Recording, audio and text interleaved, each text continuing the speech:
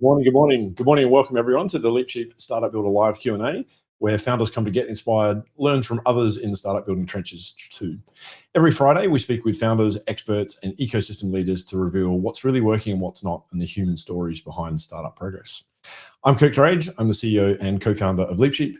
We help founders frustrated with generic advice get situation-specific guidance that they need to validate their business model and build traction. Startup growth doesn't come from working harder. It comes from more clarity and tailored guidance to meet your specific startup challenges. If you're watching on LinkedIn or on YouTube, please say hi in the comments and tell us where you're joining from.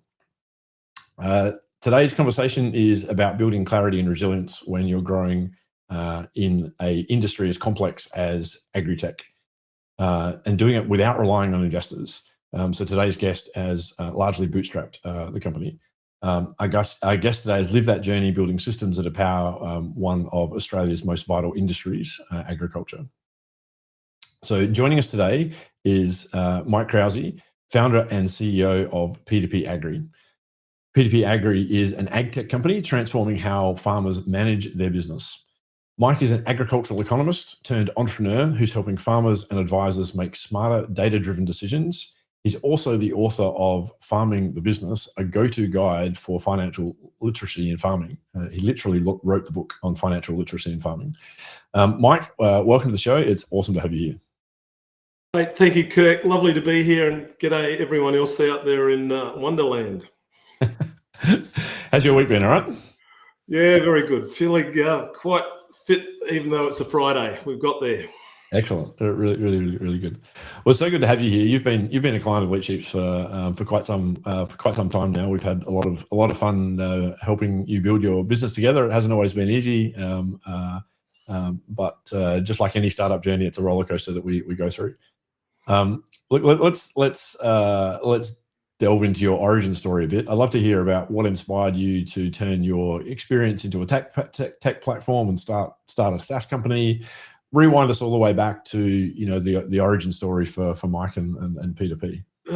Kirk, this is way back, and probably people don't want to know how many years ago I started in this process. But I guess I felt when I started my career, I was blessed. I've got a strong faith, Christian, and I felt like I had a purpose to help agriculture improve its efficiency. So I went to university, did an agriculture degree. Really enjoyed farm business management and statistics. But just to give your listeners a bit of a context here, when I graduated, computers were going for buildings into suddenly on desktops. So, we'd put our data cards in to get regression analysis done and find out one card of 500 got chewed up that night. So we've got to do it again tomorrow night. Yeah, wow. So I've read the stories. So anyway, back there. So I really felt motivated, and I've worked for different organizations in my early career. And then I started consulting about 20 years ago, started my own consulting practice, helping farmers one-on-one. I learnt Fortran back at university, but then spreadsheets hit the deck, and I was doing spreadsheets with farmers, and it was helping banks understand their business and those sort of things. But what happened to me about 20 years ago, I was running a game called Risky Business. So some of you guys would have played Squatter or Monopoly. And the problem I'm helping farmers solve is how to manage in risky businesses to manage a financially successful business. And one way to learn how you manage risk is to play a game. And this Risky Business was written in written in Excel, developed by University of Western Australia. And the process is, 20 years ago, I had to buy these laptop computers and spread them around, and each laptop computer represented a farm for the day. We'd play 5 seasons in a day. Every contestant started with the same farm, same liability, same debt, same uncertainty, and the winner was the highest net worth at the end of the year and end of the workshop. And so it was purely on how the user managed risk and made decisions in that environment. And it was really a great way to learn. But at the end, you were bringing farmers in to farmers. So I'd have 10 to 20 farmers in the room for the day. Yeah, wow. Wow, interesting. I remember a game back in the 90s, Jones in the Fast Lane. This is, when I was growing up in the PC era. PC gaming was a thing. There was a game called Jones in the Fast Lane. You had to get a job, and you had to earn money, and then you had to pay your rent and buy a washing machine, or Yeah, same sort of thing. Such a good simulator to learn about life.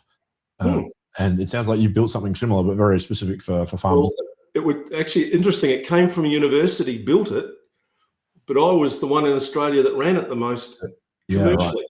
Yeah, okay. I'd run it with bankers, I'd run it with accountants, I'd run it with farmers.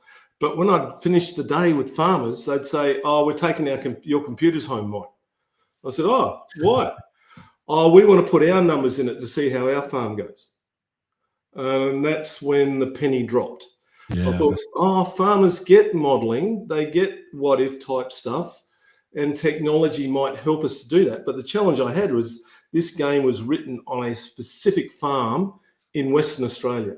It wasn't Kirk's farm in South Australia or Jack's farm in Queensland. Yeah, right. So I thought, how do we change that around so I could get something that Kirk could use on his farm? The other thing that happened at the same time, an advisor who I well respected looked over my shoulder and said, "Oh, Mike, those Excel spreadsheets you build for your farmers, can I have them so I can give them to farmers?" Now, anyone who's in Excel land knows you don't do that. Just over type of formula, and the whole thing's unvalidated, and you just end up with a mess. So that was the nexus of what I was doing. So then so that was the start of it, saying, right, if I can put those two together with technology, I reckon will help solve the problem the farmer has in making those decisions of, do I buy the next door neighbour out? What happens if interest rates double? That sort of thing. Yeah, fascinating. So there's some interesting things I pick up there. One is you're really a little bit like a university spin out in some ways. You've commercialized some university IP. That's really interesting. You might not couch it that way, but that's an interesting lens to put on it.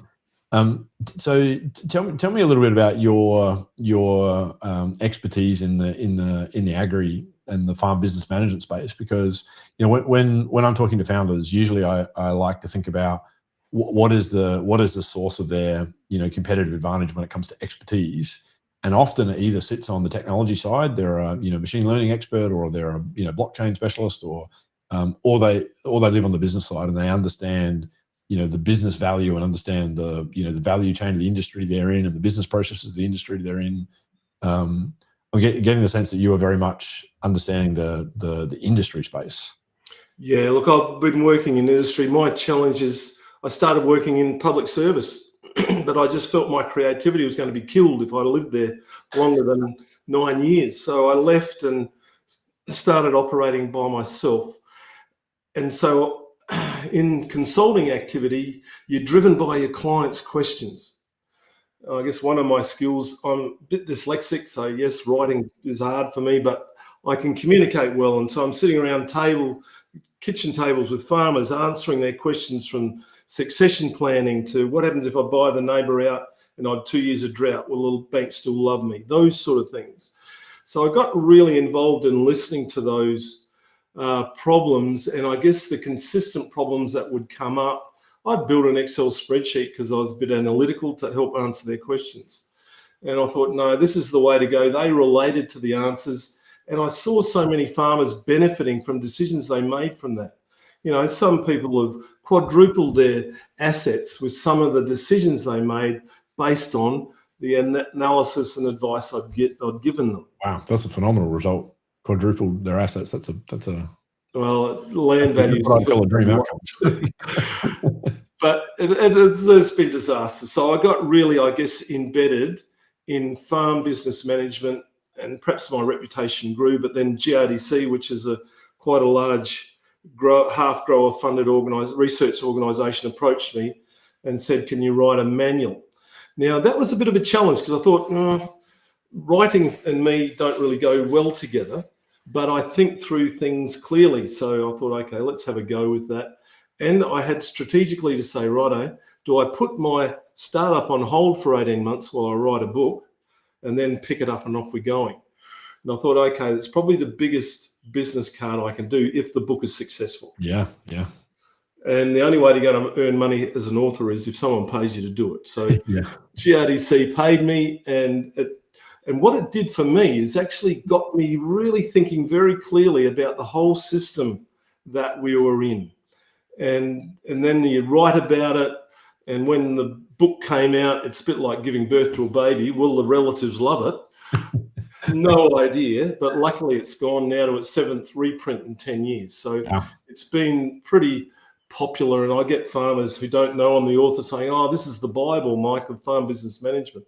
So it worked out well, but it did something for me. It helped really tick off to me the full system that we were developing.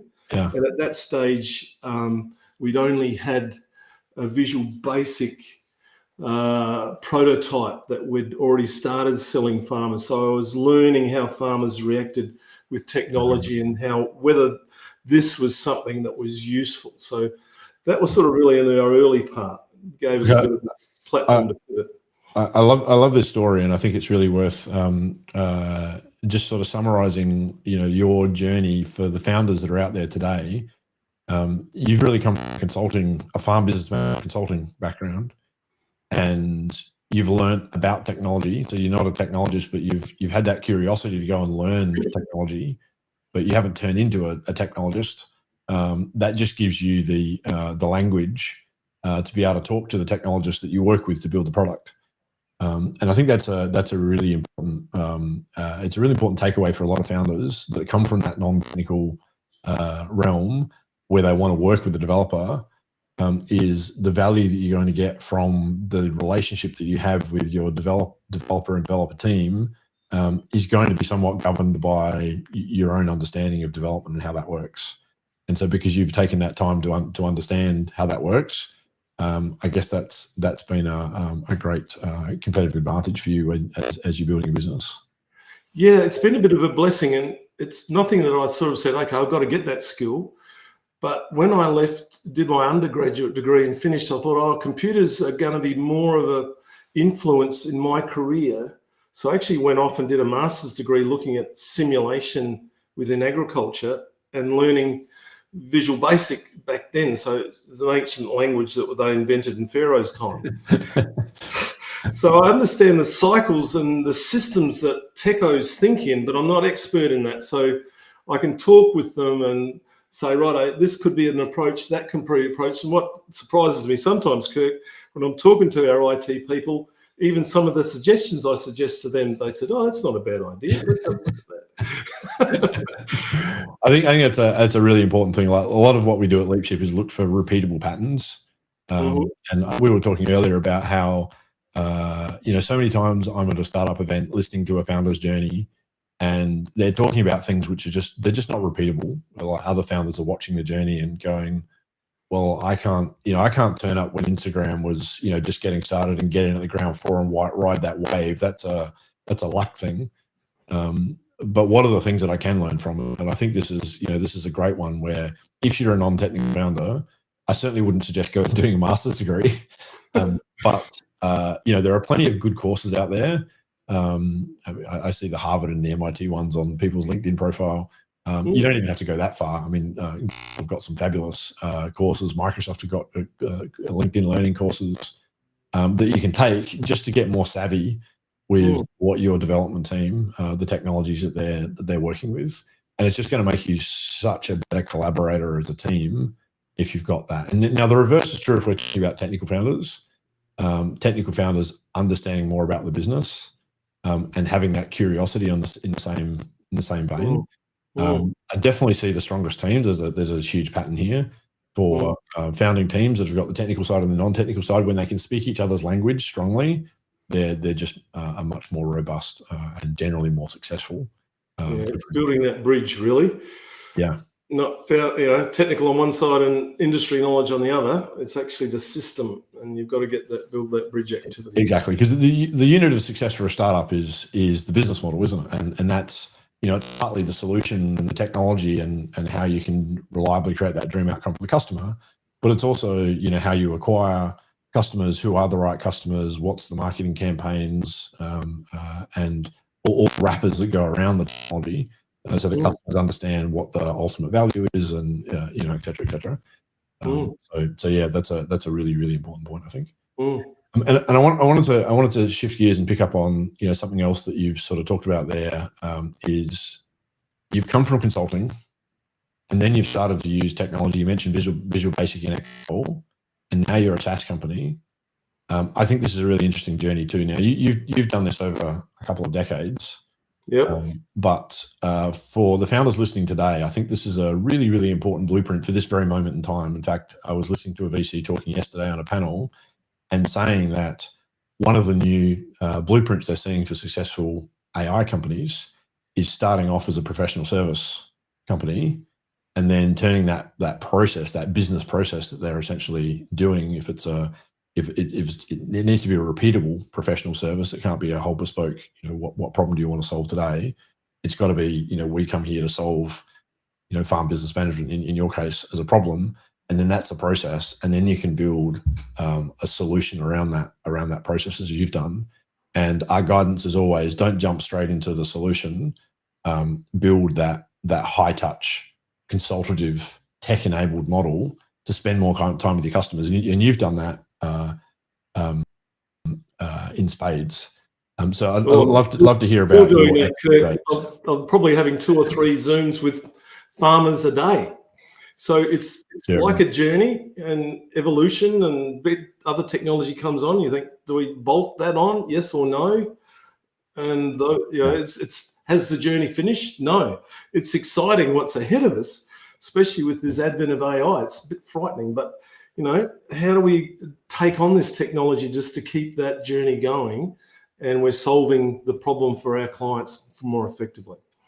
So tell me a little bit about where you built that Excel tool, and you were sharing it with farmers, and then making the shift to building the Visual Basic app, and then the SaaS app. Like, how did you know that it was worth going down the SaaS road? Was that just a giant leap of faith, or is it because you saw the value that you were gaining out of that? Really good question, Kirk. Again, I'm not a Visual Basic coder, so I employed people to do that for me. In fact, the people who put together that risky business game I talked about, the developers that did that, I employed them to get Plan to Profit going, which is what we're doing. Look, I probably sold that to about 1,400 farmers, and we had a lot of workshops understanding how farmers reacted with that. So yes, I got paid to do it, but I was learning a lot at the same time. Look, back 12 years ago, I was the first in a take of Innovise, which is an incubator. So it's the first incubator to be run in the Southern Hemisphere. And our company was one of 10 out of 130 that applied to get in. And I was in, and I thought, wow, this is we've made it, we're going to get startup world, here we come. But, that's the startup of a very long journey. And it wasn't, as it turned out, probably the best thing I got out of that is to try and open my mind to say, righto, Mike, you've already done this. And I must admit, the startup world is all about SaaS back then. That if you had a hammer in your hand, every problem was going to be solved by a hammer. So SaaS was part of it, and I guess the seed was planted in me then. And I could see how farmers were reacting with the Excel. It was a silo type thing. And yes, we had a lot of SaaS stuff and cloud-based technology coming. And I'm thinking, okay, that's our future, because Visual Basic was very restrictive in how we could build things. Yes, we could get the fundamentals right, but we couldn't polish the stone to make it look like a diamond. Whereas in the cloud, we could do that. And a lot of the problems we identified back then with usability, we could help solve. But then, we get out of incubator world and think, right, you're on your own. And you only got help for 3 months. And their model was, if you didn't light up like a fire, well, bad luck, you go out by yourself, and we'll see you later. And I wasn't going to... Our idea wasn't one of the, Facebooks of the world, which is going to go exploding. It was needed massage and needed development. So that's when you and I came, our paths crossed a few years after that, once I was floundering how to build it. But that SaaS, I guess it was, yes, I could see the opportunity, I could see the benefits of it, and yes, let's head that way. Did I have the funds to do it? No, but let's step forward into that. I think this is a really interesting point about incubators and accelerator programs. As you say, they're time limited support, and the model is generally you either take off and you go on to get more support through investment typically, or you don't. And if you don't, you've got to figure out how to sink or swim by yourself. And so for founders, the journey when you go into these programs, you really want to know what you're signing up for. And the thing that I noticed when I was living in Silicon Valley is the people that were signing up for Y Combinator and Techstars and the other kind of incubators, they really knew the game they were playing in terms of they're going to apply, they're going to get some funding through it, they're going to attempt something. If it doesn't work, their plan was to shut it down and go through the loop again. And so they just wanted to, keep as many iterations going until they found something successful. And that's a perfectly viable and proven strategy for lots of founders. I would say that strategy is more viable in the US, where there's more funding, there's more programs, there's more it's an easier game to play. The market's bigger. I think for founders outside of those markets where you can play that game, and you're much more wedded to the problem.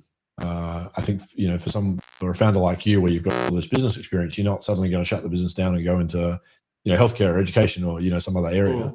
And as you said, you're starting this business with a real purpose. I think knowing that as a founder, which game are you playing? Is it the boom or bust cycle, which is great if your learning efficiency is really high and you can get onto the next one, and after 3 or 4 you're going to have all this great experience behind you and you've got much better chance of being a winner. And that's kind of the VC game, and that's what the accelerator game really is. But you're on a different path. You've essentially had to bootstrap and figure out how to keep the company alive and build the company without that lots of capital and without those intense support processes. So I think that's it's fabulous learning for founders to try and figure out what journey suits them, because everyone's different.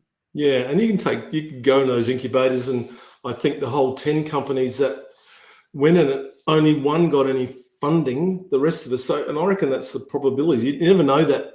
I don't tell you those are the probabilities or that's the game they're playing. But you feel like a bit of a failure when you come out of it and you haven't raised funds.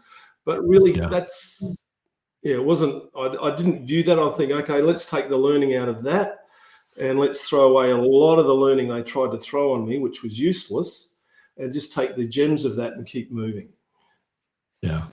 Oh, you've done incredibly well. You've beaten the odds, that's for sure, in terms of surviving, and now you've got a great SaaS business with great customer base. And now you're learning to grow that business. And I think the other real takeaway for your business, like many founders, is you're not in an existing product category really. Farm business management simulation software is not something that farmers are Googling every day for, are they? No, and it's not like an accounting package where we have to do it. I've got to do my BAS every quarter. I've got to do my tax every year. So yes, there's mandatory reasons why I have to now have an accountant, why I have to have software, whereas ours isn't compulsory. And so then you're trying to work out the motivation of your client, helping them to achieve what they need to do and giving them the tools to do that. And so that's a different motivation altogether. And so this is another really, really important fork in the road for many founders to know which path or which camp are they in. Are they in the existing product category camp? In which case you can take advantage of advertising, for example, because there's an established industry and people know what the product category is and they've got some expectations around it. Whereas what you're doing, like what we're doing, and like what so many startup founders are doing, is you're creating entirely new products and entirely new product categories. And that is a brand development issue, and a trust issue. And that takes time. And you've got to develop not only your product but your ecosystem. So you work with farm advisors, don't you? Where they're sort of part of the puzzle, helping a farmer. Yep. And so are you, and so you need to work within that ecosystem. Yeah. So working with advisors, working with farmers, working with that ecosystem. But sorry, I forgot my train of thought then, Kurt. While you're sort of thinking about that, I'm sort of interested in like beginning to scale the company. You obviously know how to create a great outcome for a farmer. I mean, you mentioned that just before. Quadrupling assets. Wow, what an amazing return on investment. So as a founder, one of the first indicators of product market fit is that you're able to reliably create the dream outcome for customers. And you're well and truly past that phase where you've got so many case studies of farmers that you've worked with, that you've created this dream outcome. The next things that you've got to solve for is driving demand, creating that demand, which is that brand building, that ecosystem building. Tell us a little bit about some of your journey there and your learnings there, because I know you've tried to scale through advisors and you've done the Facebook ad thing, and tell us a little bit about that learning journey. Yeah, look, it's gone through a lot of different avenues. I used to think, the accountants would love this. So if I go through accountants, then they'll help their farmers a lot more. Then I realized accountants' job is just to help Kirk minimize his tax. They're not interested really whether Kirk is more profitable this year than last year. As long as he's paying his bill, paying his least amount of tax. So they're not motivated to do that. It took me a while to learn that. I thought, let's go through banks. They've got farmers everywhere and they lend money to them. Yes, the bankers make sure that the farmer is viable because they want their interest paid back and their loans paid back. But if Kirk made more profits last year than this year, are they really worried? Not too much. So were they interested in what I was doing? No. So I was going through a lot of avenues to the market that weren't working. It feels pretty exciting when you start down that journey, because you're like, there's a scale potential where this partner's going to help me, 10x my customer base, right? Well, not even that. Like GRDC got me to write the book, the Bible. I go back to GRDC and say, look, what the Bible says, I've done all in technology. Your farmer clients can do this easier. Can you help me get this out to your farmer clients? No. Why? We can't be seen to be encouraging you over your competitors. And I said, well, I don't have any competitors. The answer is no. So even when they used to bring me back and pay me to talk to farmers in big seminars, don't you talk about your product, Mike? And I'm thinking, okay, so you can't do that. So there's a lot of areas there. And then with your assistance, Kirk, we started to look at, okay, how do we get out to farmers better? Can we use social media, Facebook, Instagram, those sort of activities? And we discovered Facebook was probably the best for our client fit. And then we paid a marketer to help us do that. And we suffered through that expensive exercise for about 18 months to only get a handful of leads out of it. So then we decided, righto, we've got to have that technology in-house and understand that. So that's the path that we've been taking more recently.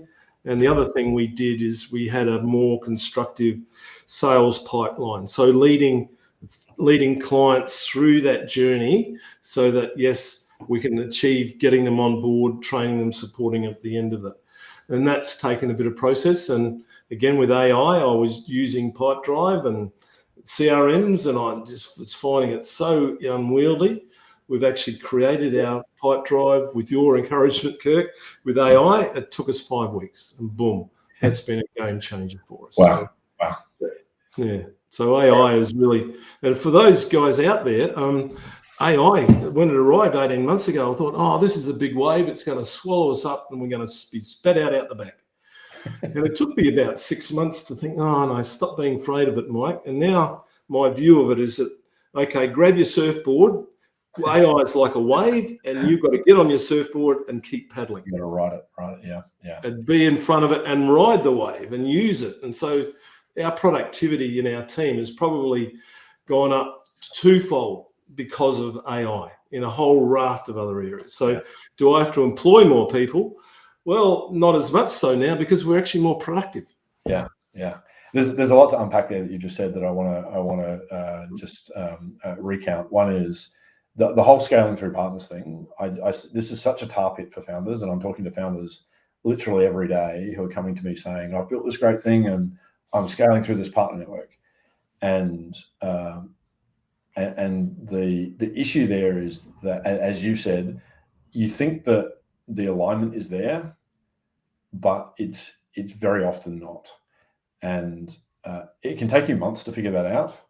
And that's just so expensive. You're like burning months of runway to figure out that, that it's not a thing. And the other issue is that often founders are still trying to figure out how to sell their own software, how to do that really efficiently. And if you're going to a partner where you're still learning, you're essentially forcing them on your learning journey with you. And that often doesn't turn out well, because partners want something that's a well-oiled machine they can just plug in and work. And also their alignment for your motivation might be different. Yeah. So now, that doesn't mean that partners are not a really important strategy, because they are. It's just a case of priority and ordering. Get your ability to sell directly to your customer first, if that's appropriate for your business, and then bring that strength to the partner to say, I know how to make you more money, or I know how to get you more customers, or I know how to add value and extend the value that you provide in your area. That's when you come in to partnering from a position of strength. And so that's it's a really important lesson, and it's something that I think you probably burnt more runway than you ever wanted to learning that lesson. But if anyone's like listening here that can avoid that's a fabulous shortcut to a much more capital efficient approach to building a startup. And it doesn't mean don't explore partnerships, because they can work. And like a lot of things in startup world, I think you see enough examples of things working where you go, oh, that can work for me. But what you don't see is they're the 1%ers. And so you've just got to go in eyes wide open to go, well, I can explore it, but I'm not going to burn too much time expecting it as an outcome. I'd be silly not to explore it and see if it could work. But by the same token, I've got to have a plan B, because that's probably the plan that I'm going to have to take, actually. It's probably plan A, And that's an interesting point about partnership too. I mean, that's one area I've missed a lot in my journey, thinking, if I had a partner and the two of us were thinking and working with it, but I could never find a partner that was aligned in what we were doing. So I had to take employees on and use their knowledge and activities too to replace what a partner might do. So I don't know the strength. I know when I went to Innovise, one of the things, you had to have a partner to go in there, which is probably a good thing. You're talking co-founder now, or hey? Are you talking co-founder now? No. When you say partner, can you just? Okay. Well, I'm talking with someone now who's looking to invest in our business to sort of join the next part of our journey. But one of the things that Innovise, I went in with what I thought was a new partner, but they identified our value systems, our alignment were way out. It wasn't going to work. So a divorce happened during that period, which wasn't easy. Okay. Yeah. So that's like a deep partnership with someone to help go to market. Yeah. That makes sense. Yeah. So this is what we're considering it. Yeah. So apart from the partnership angle, what else are we talking about there? Well, with scale up, with scaling, we're talking. That's probably our biggest challenge now, is our marketing presence, because we're not highly funded. So you've got to make every goal you kick a goal. We've got the sales process working, we think, quite efficiently and effectively. In fact, it's interesting. COVID taught us a big lesson. Before COVID, I'd talk to farmers. I say, "Can I see you on Zoom?" "Nah, don't do Zoom." "You sure?" "Nah, don't do Zoom." Yeah. And now COVID has come, and we were running traditional workshops, and one of our clients said, "Now COVID's come, you've got to do it on Zoom." So, let's go off, and again, new technology. Does that help us? We've now developed a part-time course that's accredited through Tocal Ag College. We're delivering accredited training part-time to over 100 farmers in New South Wales a year. And my team and I haven't left our home offices to do it. Yeah, that's a fabulous example of timing, right? That's a business that you couldn't have built, 5 years ago before COVID, but now it's absolutely. It's another example of that evolution, that, our purpose is to help farmers, empower them to become better financial business managers and decision makers. Yeah. And this has just helped us, so I don't have to drive 40,000 k's a year in my car anymore. Yeah. I'm lucky if I drive 4,000 k's a year. Yeah, that's an amazing change in the opportunity to build value for customers is massive. And you were talking about then the channels to market, and we were talking about partners as being, perhaps something that's a secondary thing. The primary thing is learn how to find your customers yourself, build that sales and marketing engine. But as we were describing, that's not easy if you're building a new product category. So you need to establish brand, and you need to educate the market, and these things are expensive and slow and difficult.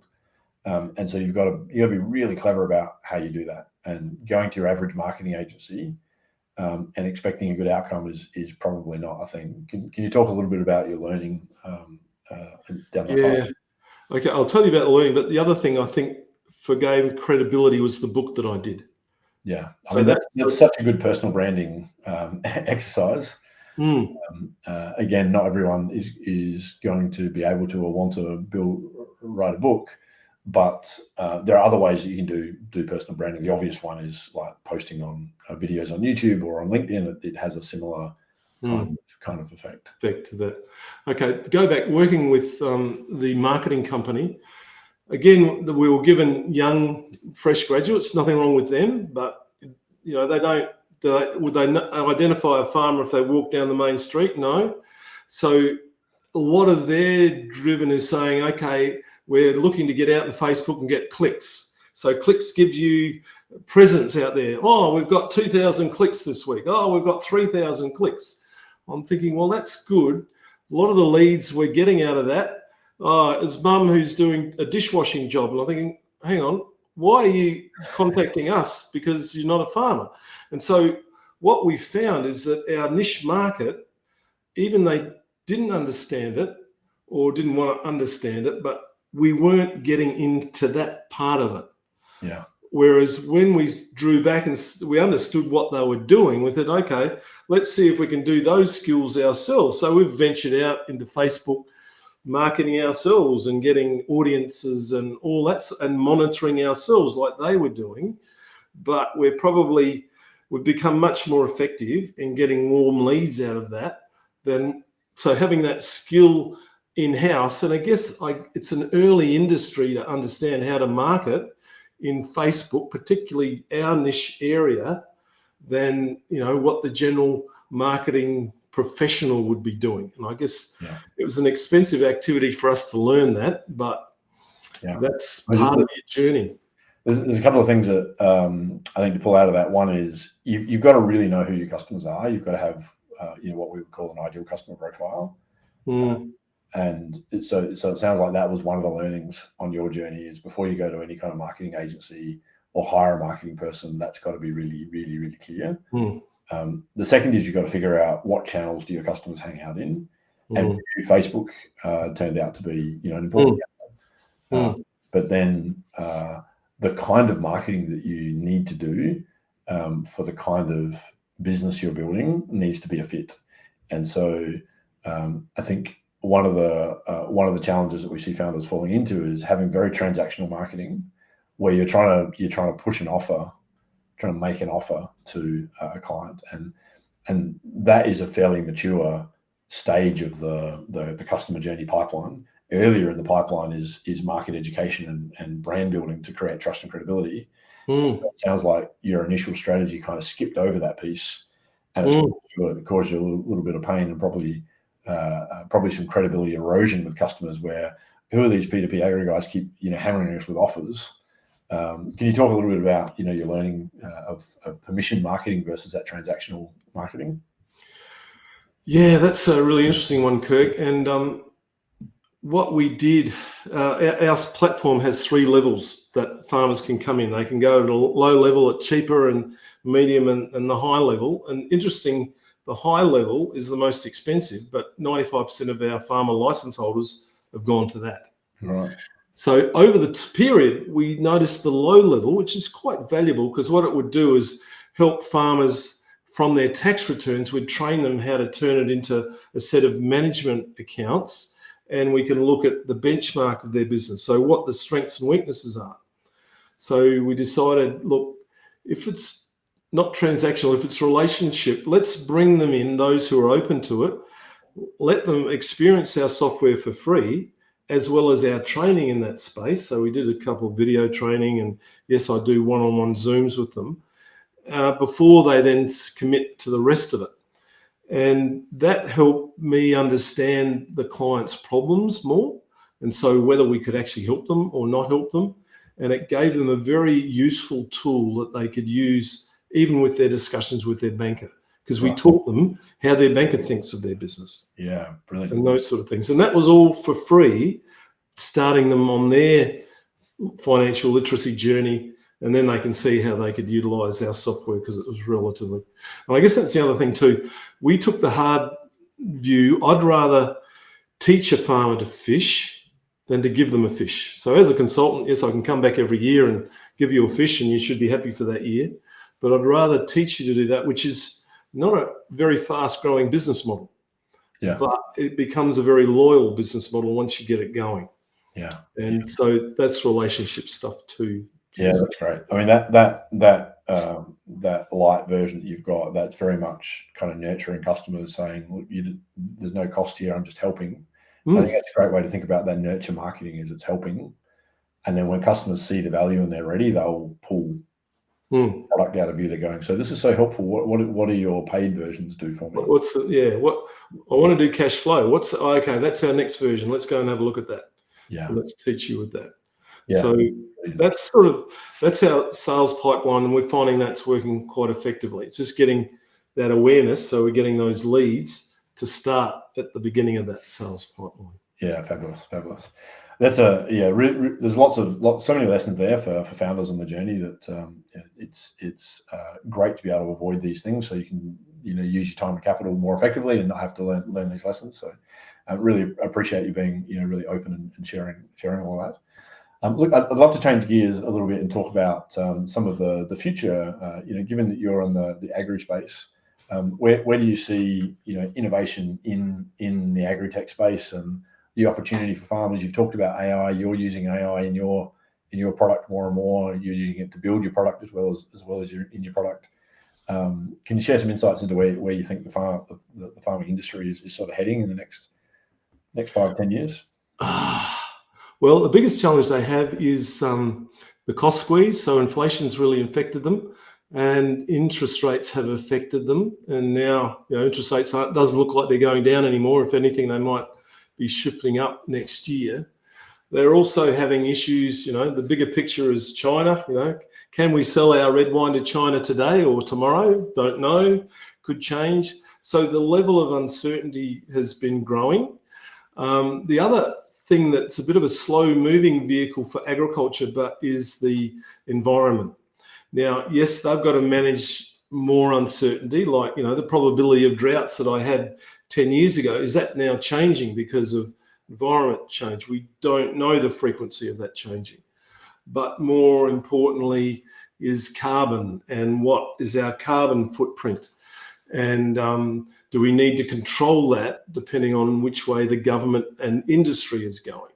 Yeah. And my reading of it is that industry is imposing more pressure on farmers to actually report what their carbon footprint is, so that when that ton of canola heads to Norway, we can put a print on it to say this is how carbon friendly or non-carbon friendly it was. Yeah. So the industry and also banks are saying, oh, we've got to report our carbon footprint, and that's about our clients. So as a farmer, can you report this? So my next phase probably for us is to help farmers to understand that and to make that reporting industry standard, but quite easily done. At the moment, it's very silo driven. It's very, a pun, agricultural. It's sort of in bits and pieces.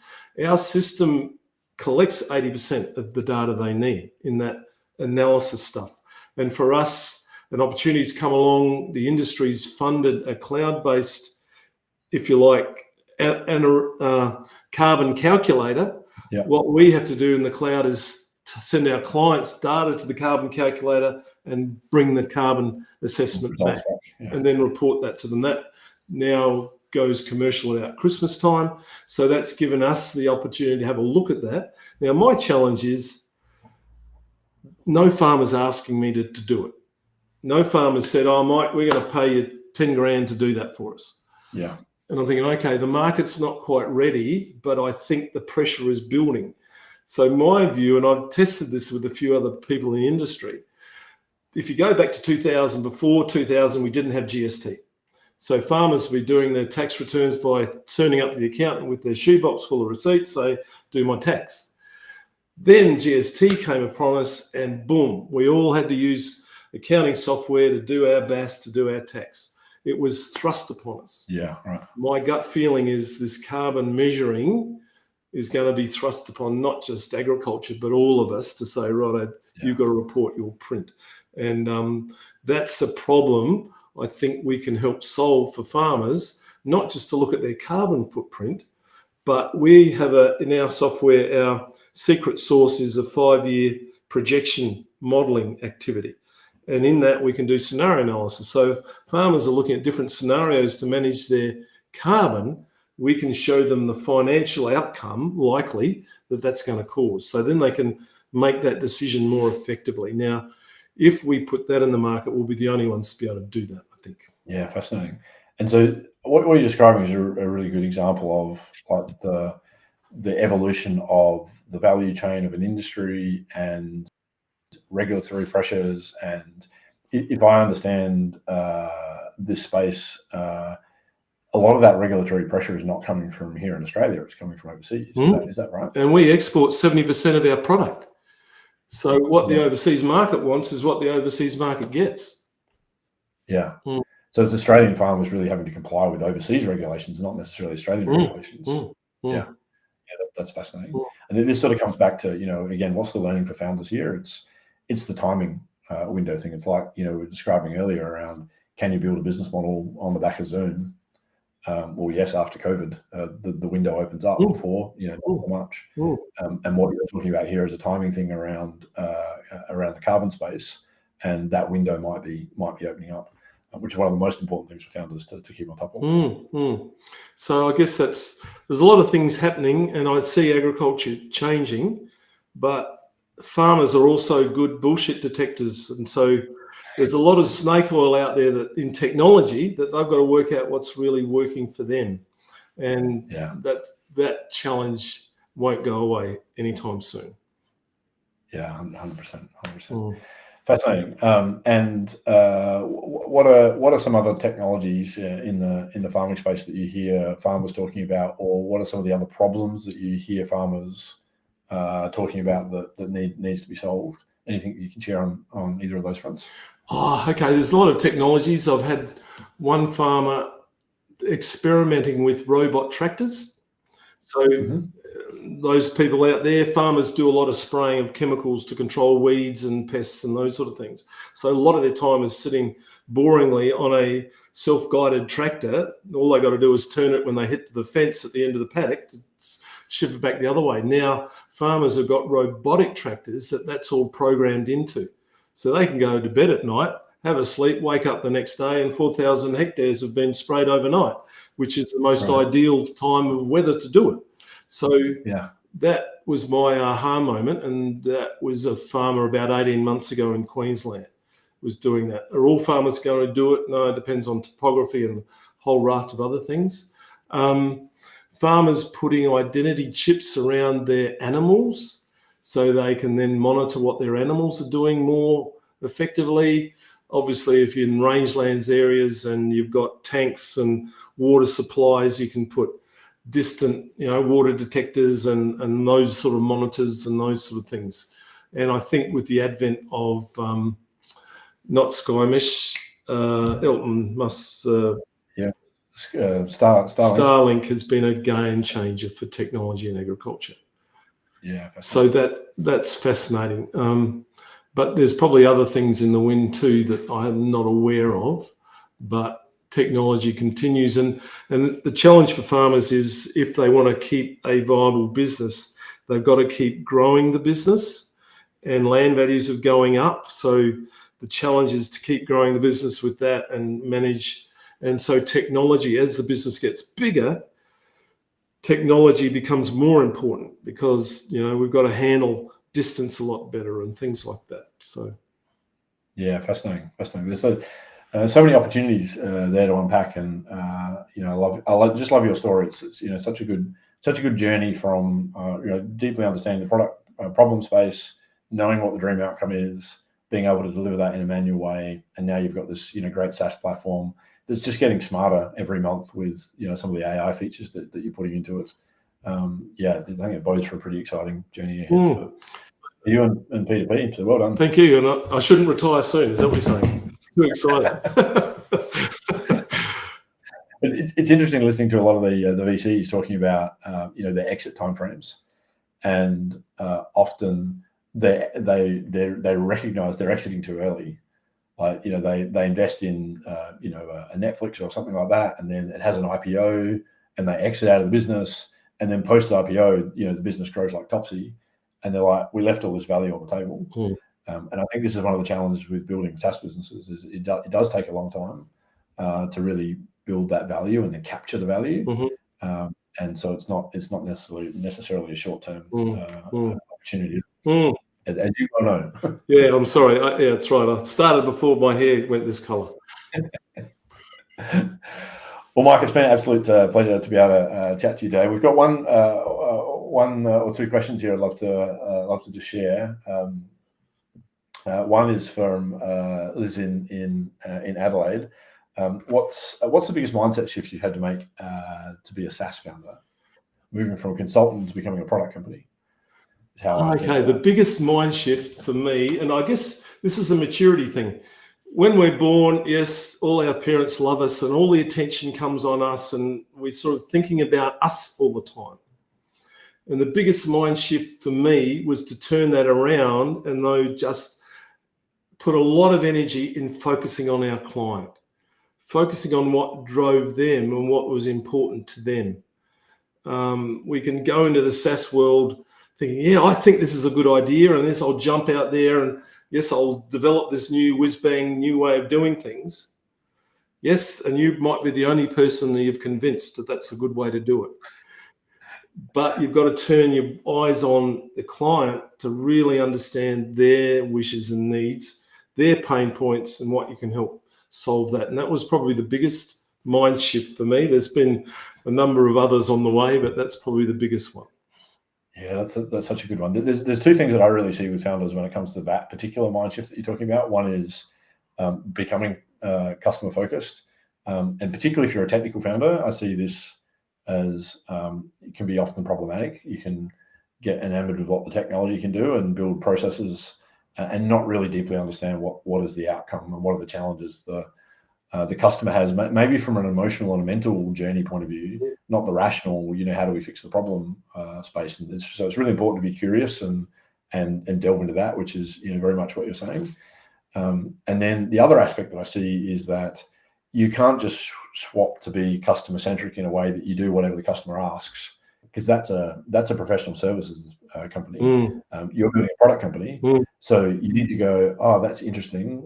Thanks for that feedback, customer A, and go around to talk to customer, B to Z, and go, is that a common issue, or are they an outlier? So that you can build a feature set which is for the market, not for an individual.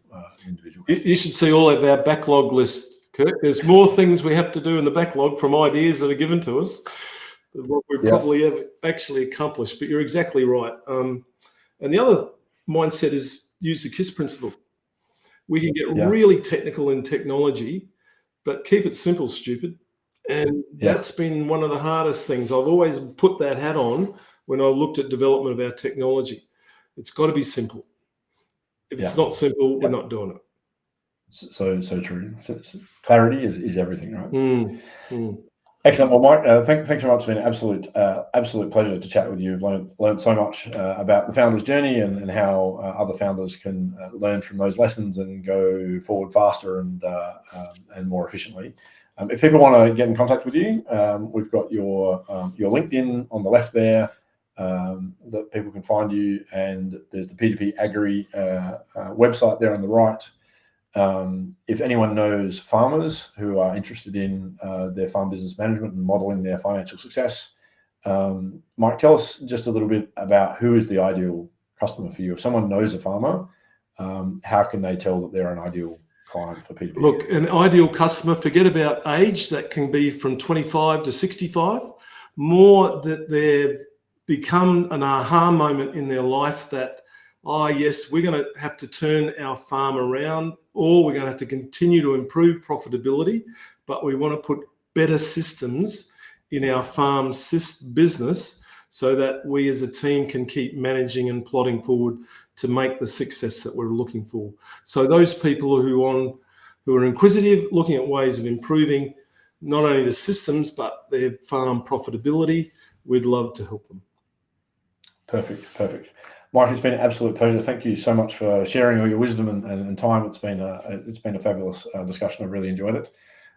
Look forward to more success for you and P2PAgri in the future. Same to you, Kirk, and thank you for those listeners out there. I have been working with Kirk for a number of years. He is more than valuable to our business. So thanks for your input into that. Great. Thanks, Mike. Appreciate that. Okay.